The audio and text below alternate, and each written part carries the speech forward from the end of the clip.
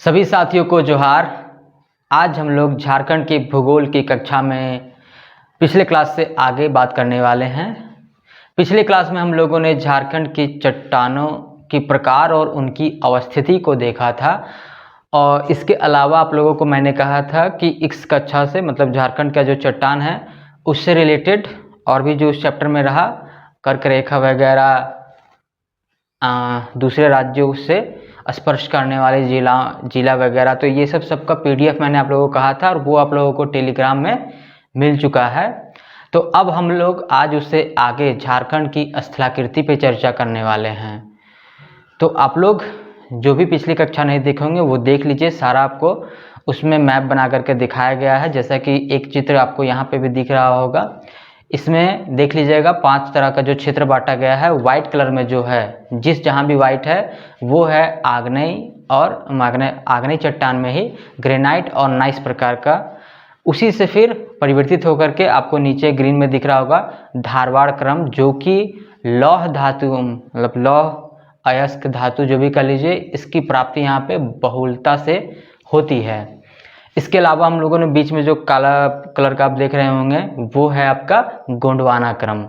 इसके बाद सबसे ऊपर लेफ्ट साइड में गढ़वा के क्षेत्र में आ जाइए तो यहाँ पे आपको थोड़ा सा पार्ट जो है वो है विंध्य क्रम का, और इधर आपको दिखेगा सबसे इधर पूर्वी साइड में राजमहल।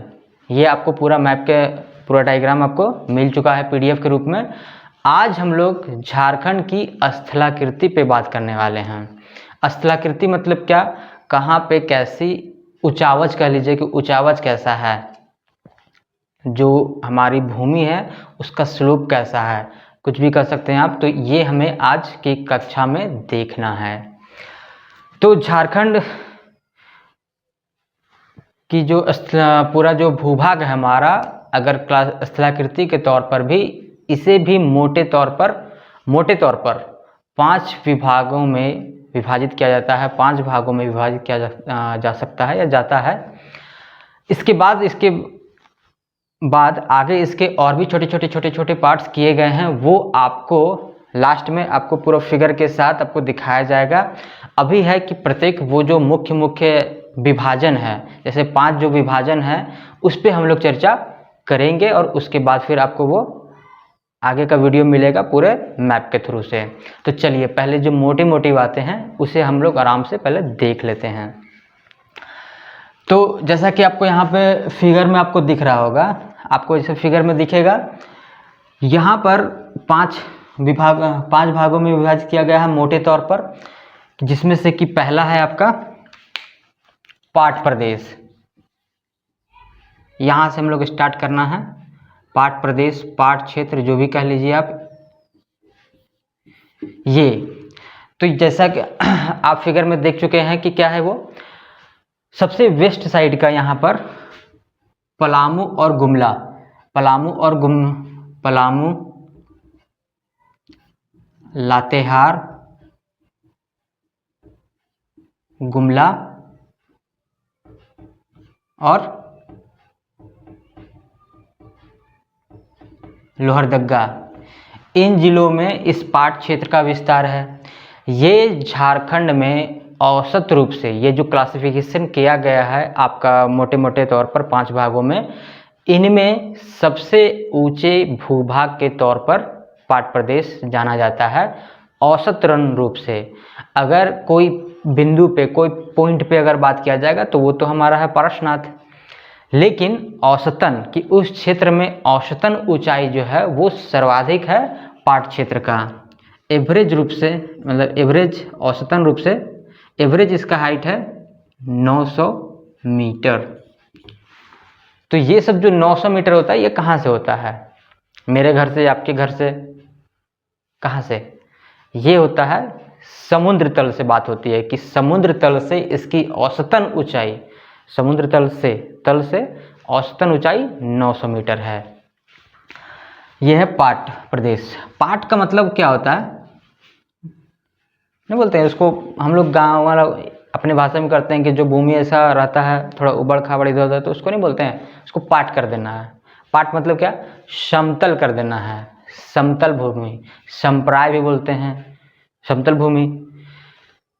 वो तो अलग अलग नाम से भी तो एक पाठ भी होता है। तो इसका मतलब ये होता है कि वहाँ पे जैसे चूंकि झारखंड जो है वो तो पूरी तौर पर है पठारी क्षेत्र, हमारा पठार वाला है। इसके बाद क्या है यहाँ पर बात कि पठार के बाद ऊपरी जो भूमि है, जैसे अगर मान के चलिए कोई ये भूमि है, इधर है समतल, ठीक है, बीच में ये है ऐसे पठार, तो पठार का आकार कैसा है? आखिर जो ऊंची भूमि, पठार का भी मतलब जैसे दो शब्द देख लीजिएगा आप, एक है पहाड़, एक है पठार।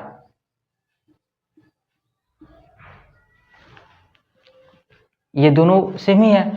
अगर भूमि जैसे ये उठा हुआ भाग अगर इस टाइप का हो जाए, चाहे इस टाइप का हो जाए, नुकीला हो जाए, गुंबद नुमा हो जाए, तो ये सब पहाड़ की श्रेणी में आ जाएगा। लेकिन ऊपर का भाग यदि समप्राय है, समप्राय है, तो इसको हम लोग पठार कहते हैं। क्लियर है? पठार का मतलब जो ऊपर जो शीर्ष है वो समतल होगा, चौकोर होगा, और यदि गुंबद नुमा हो जाए या फिर इस टाइप का हो जाए, नुकीला हो जाए, तो उसे हम लोग पहाड़ की श्रेणी में रख देंगे। ये गुंबद नुमा और ये नुकीला वाला है, इस पर भी क्लासिफिकेशन है आपका। ये जो रहेगा ये कहलाता है, नुकीला जो पार्ट रहेगा ये कहलाता है टोंगरी, और ये कहलाता है डोंगरी।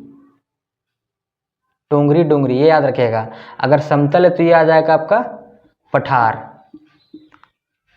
तो ये सब चीज़ें आप समझ लीजिएगा। ये अगर नुकीला पार्ट है तो टोंगरी, गुंबद नुमा है मतलब इस टाइप का ढलान वाला है तो ये हो जाएगा डोंगरी, और यदि समप्राय ऊपर में समतल है तो ये हो जाएगा आपका पठार, जिसपे कि व्यक्ति रह सकते हैं। तो ये हमारा पठार का मतलब समझ रहे होंगे आप। तो जितना भी हम लोग का पठार है ये देखिएगा सब जगह हाइट के हिसाब से ऊपर नीचे है। सबसे अधिक जो हाइट है वो हमारा पश्चिमी साइड में स्थित है, ये जो पाट प्रदेश, जिसमें कि जिसका विस्तार आपका पलामू, लातेहार, गुमला, लोहरदगा इस क्षेत्रों में है। इसमें भी आपका दो है, इसमें भी दो क्लासिफिकेशन है। ये हम लोग लास्ट में देखेंगे पूरा फिगर के साथ, तो आप लोग आराम से देखते जाइए वीडियो। ये जो मोटी मोटी बातें हैं उसको मैं भी यहाँ पर बता रहा हूँ कि ये सब चीज़ें हैं। एवरेज हाइट 900 मीटर, ये याद रखिएगा। एक चीज़ ये भी प्रश्न अक्सर पूछा जाता है कि पाट प्रदेश की आकृति कैसी है, तो ये याद रखिएगा, ये है त्रिभुजाकार। ठीक है, त्रिभुजाकार, त्रिकोण वाला, त्रिभुज तो समझ ही रहे होंगे, 3 कोना इसका निकल सकता है, तो इस टाइप का ये इसकी आकृति है। तो ये प्रश्न ये सब अक्सर पूछे जाने वाला प्रश्न है। ये भी मोस्ट इम्पॉर्टेंट कि किस किस जिलों में इसका विस्तार है। अब हम लोग आगे भी इसका क्लासिफिकेशन देखेंगे वो आगे में। तो चलिए इतना सारा हम लोग देख लिए। अब है कि इसका उद्भव कैसे हुआ। तो शुरुआती तौर पर माना जाता है कि ये भी इसी टाइप का समप्राय भूमि था, जैसा कि अभी आपका रांची पठार, हजारीबाग पठार है, इसी टाइप का था। लेकिन बाद के काल में यहाँ पर क्या हुआ, लावा उद्गमन हुआ। अब वो ठंडे होने के बाद ये बेसाल्ट हो गया, और बेसाल्ट फिर परिवर्तित हो गया आगे बॉक्साइट में। यहाँ पे इस क्षेत्र में देखिएगा बॉक्साइट, जो कि आपका एल्युमिनियम का अयस्क है। बॉक्साइट यहाँ पर बहुत ही बहुतायत में पाया जाता है, फेमस है ये पाट प्रदेश। बॉक्साइट वाला आप लोग याद रखिएगा, बॉक्साइट इसी की यहीं पर पाया जाता है, इस पाट प्रदेश में, लोहरदगा, गुमला, कुछ एरिया। इसके बाद हम लोग बात करते हैं क्या, यहाँ पर एक चीज़ और है, कोयले का भी कुछ अंश है वो निम्न स्तर का है। ठीक है, निम्न स्तर वाला लिग्नाइट जो है वो कोयला यहाँ पर पाया जाता है। तो ये सब बाद के लावा उद्गमन, वो ठंडा होना, इसलिए थोड़ा और ऊंचा हो जाना, ये सब सारी घटनाएं यहाँ पर हुई हैं। इसके बाद हम लोग आगे बात करते हैं रांची पठार और हजारीबाग पठार पे।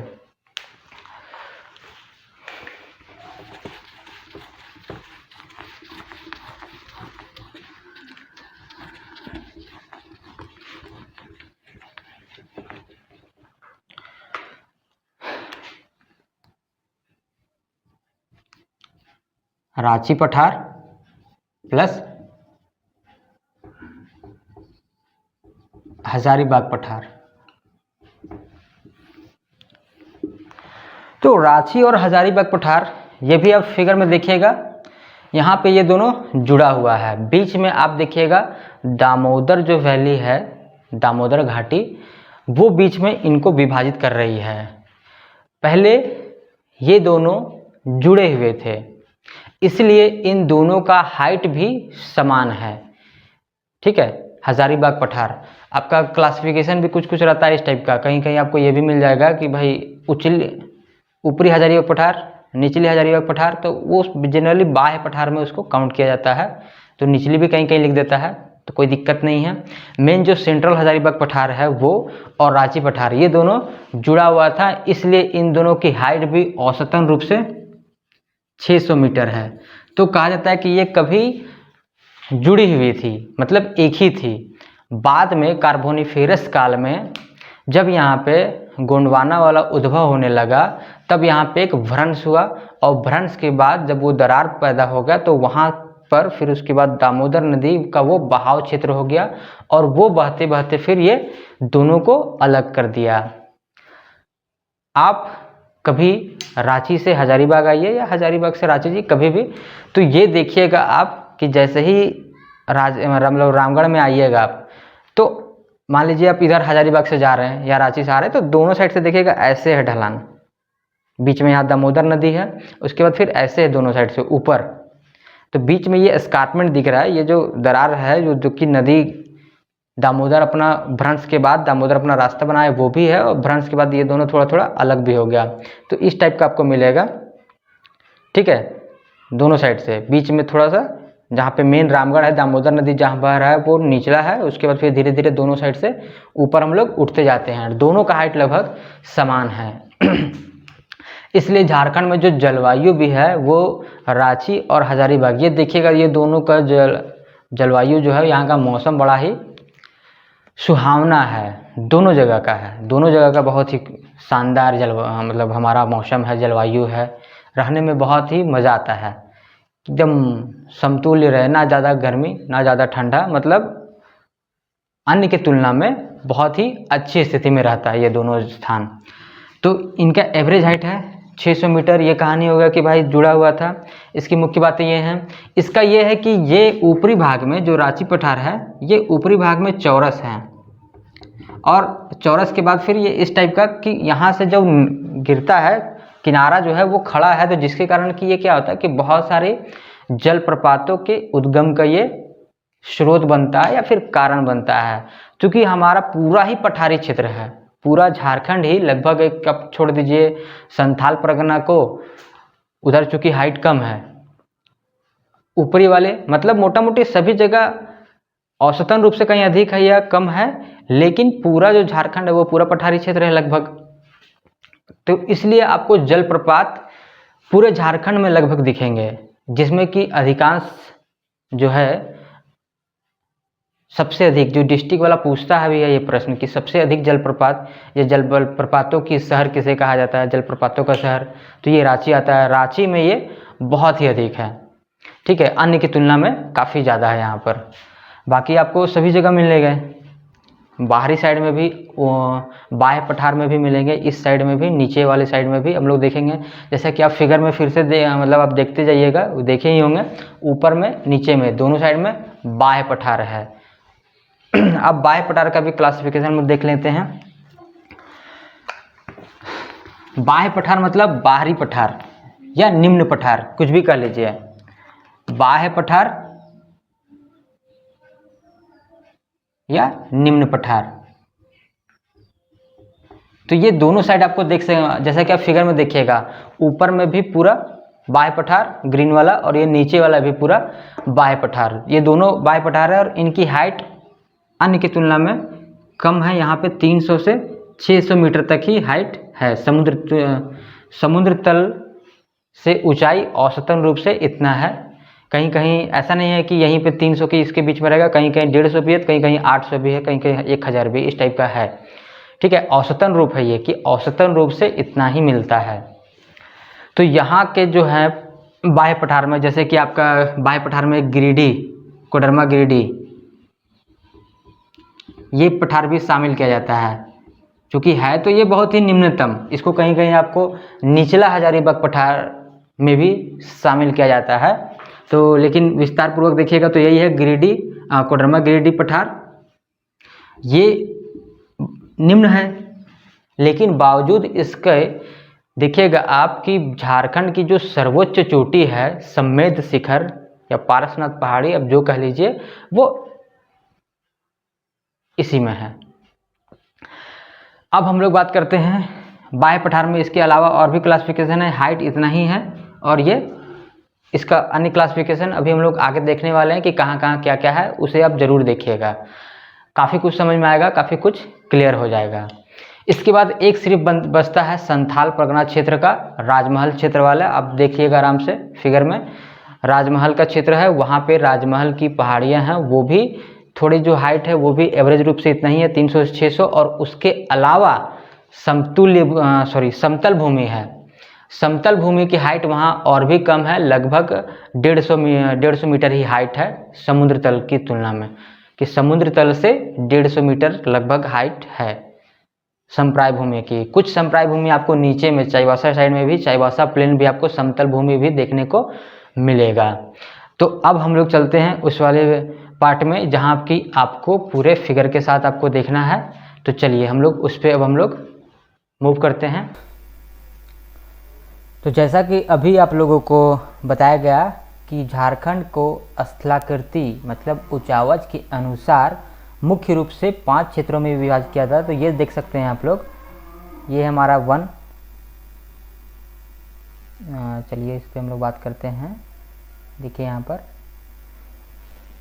ये 1, 2, 3, ये और ये ग्रीन कलर वाला सेम ही है 4, और ये है 5। इस 5 विभागों में जो कि आपको लिखा हुआ भी मिल जाएगा, देखिए यहाँ पे दिख रहा है आपको पाट क्षेत्र, उसके बगल में है ये रांची और हजारीबाग क्षेत्र। देखिए बीच में ये दामोदर घाटी जो है ये बीच में इसे अलग कर रहा है, विच्छेदित कर रहा है। तो ऊपर ये हो जाएगा हजारीबाग पठार और ये हो जाएगा रांची पठार। इसके बाद ऊपर में देखिएगा ये निम्न या बाहरी पठार इसे कहते हैं। पूरा ये जो ग्रीन में दिया हुआ है, चूँकि इसकी ऊंचावच अभी हम लोग देखें इसकी हाइट कम है अन्य की तुलना में, और यहाँ पर है संथाल परगना उच्च भूमि। ये जो राजमहल वाला पहाड़ी वाला क्षेत्र है ये, इसके बगल में ये सब जो है ये सब भी निम्न भूमि में ही शामिल किया जाता है, इसलिए मैंने आप लोगों को यहाँ पे ग्रीन कलर से ही दिखा दिया। इसके बाद चलिए हम लोग बात करते हैं आगे कि इसके बाद ये जो 5 क्षेत्र है इसको भी फिर आगे किन और छोटे छोटे विभागों में देखा जाता है। तो चलिए हम लोग उस पर चलते हैं। यहाँ पे देखिए, यहाँ पे मैंने आप लोगों के लिए बहुत ही मेहनत से इसे बनाया है, तो आप लोग इसे आराम से देखिए और समझने का प्रयास करिए। यहाँ देखिए, आपको यहाँ से स्टार्ट करते हैं पाट प्रदेश।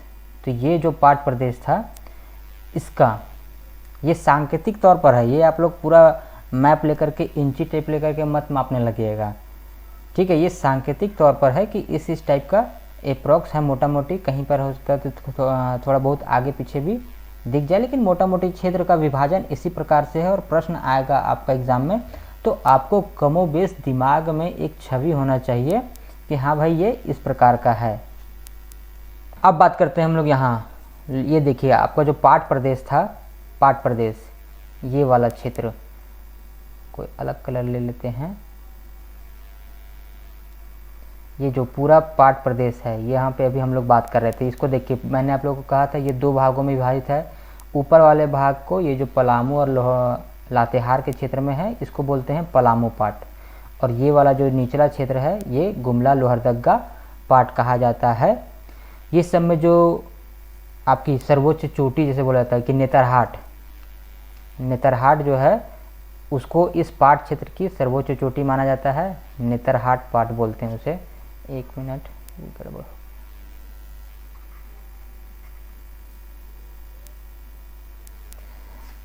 पाट क्षेत्र का जो सर्वोच्च चोटी है हमारा वो है नेतरहाट पाट। इसकी ऊंचाई 1180 मीटर है। इसके बाद एक गणेशपुर पाट भी है, गणेशपुर पाट वो है 1171 मीटर। इसके बाद आपका है जवाहर पाट है, जोड़ा डूमर पाट है, ठीक है, जमीरा पाट है। तो इस टाइप का अलग अलग और भी पाट है, तो ये सब आप लोग पाट नोट डाउन कर लीजिएगा। नेतरहाट पाट हो गया, गणेशपुर पाट, 1171 है। उसके बाद आपका जोड़ा डूमर पाट, जवाहर पाट, ठीक है, जमीरा पाट, तो ये सब पाट हैं, ये सब उच्च जो बोलते हैं ना सर्वोच्च बिंदु वो है। तो यहाँ पर हो गया हम लोग ये इसको देख लिए। अब हम हमारा ये रांची पठार इधर वह रांची के आसपास क्षेत्र में, गुमला में, थोड़ा सिमडेगा में, इधर खूंटी के आसपास कह लीजिए।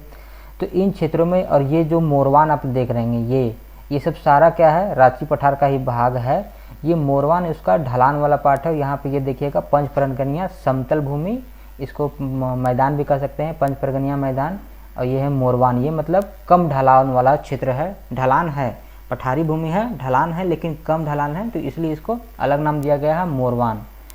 ये आपका सिल्ली बुंडू सिल्ली वाला क्षेत्र है। और इधर बुंडू तमाड़, और इधर कौन सा है, इधर वाला जो क्षेत्र है वो है पंच परगनिया समतल भूमि के अंतर्गत आता है। पंच परगनिया क्षेत्र हम लोग जानते हैं वही है। तो ये सब सारा कुछ क्या है, ये रांची पठार का ही भाग है। हजारीबाग पठार ये देख लीजिए, यहाँ पर है दामोदर वैली, इसकी भी हाइट कम ही है, इसकी भी हाइट लगभग वही 150 से 300 मीटर है। हाइट पे लगभग बात हो चुका है सभी पर, अभी आप थोड़ी देर पहले आप लोगों से बात हुई। तो दामोदर वैली की भी ये कमी है, हम लोग जान रहे, अभी बात हुआ था कि इन दोनों कभी ये साथ में थे, फ्रांस के द्वारा अलग हुए। वहाँ पे दामोदर वराकर वैली यहाँ पे निर्मित हुआ।